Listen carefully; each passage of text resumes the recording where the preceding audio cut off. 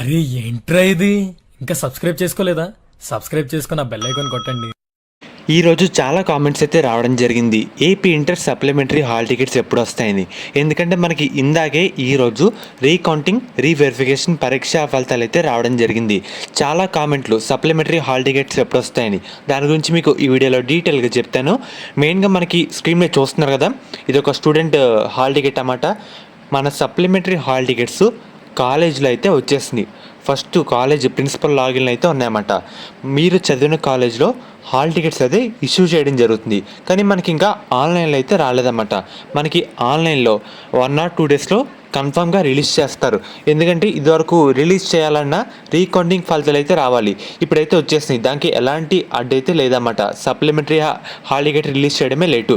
మనకి 1 or 2 డేలో hall tickets అయితే ఆన్లైన్లో రిలీజ్ చేయడం జరుగుతుంది. ఇప్పటికే మనకి ఆఫ్లైన్లో కాలేజ్ లాగిన్ ప్రిన్సిపల్ లాగిన్లు అయితే రిలీజ్ చేసి కొన్ని స్టూడెంట్స్ కూడా ఇచ్చేసారన్నమాట. చూస్తున్నారు కదా, మనకి ఎగ్జామ్ డేట్స్ ఒకసారి చూసుకోండి క్లియర్గా. ఈ సప్లిమెంటరీ హాల్ టికెట్ బెటర్మెంట్ ఇవన్నీ మనకైతే రావడం జరిగింది. మెయిన్గా మనకి 1 or 2 డేలో ఆన్లైన్లో రిలీజ్ చేస్తారు.